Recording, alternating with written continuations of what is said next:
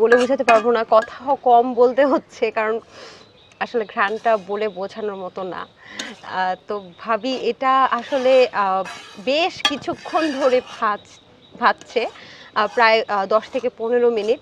এখন হচ্ছে নামানোর সময় কি হয়ে গেছে? হ্যাঁ, নামানোর সময় হয়ে গেছে। সেই কাঙ্ক্ষিত সময় চলে এসেছে। ভাবি এখন এই চ্যাপা পুলি নামিয়ে ফেলবে।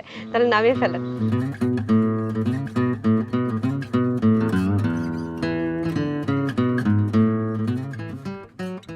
নামানো হয়ে গেছে। আমি কি একটু ধরে দেখতে পারি? হ্যাঁ, দেখুন। আচ্ছা, এটা হচ্ছে চ্যাপা পুলির ভেতরে যেই জিনিসটা থাকবে, সেটা যেই পুলিটা থাকবে আর কি। হ্যাঁ। এখন হচ্ছে এটাকে কুমড়া পাতা দিয়ে হচ্ছে ভেতরে ঢুকানো হবে, তাই তো? কুমড়া পাতাগুলো কি কোনো প্রক্রিয়াজাত করতে কিছু করতে হবে, নাকি শুধুমাত্র গাছে থেকে কুমড়া পাতা পেড়লেই হবে? না, গাছ থেকে পাই না, আবার ধোয়া লাগবে। ধোয়া লাগবে।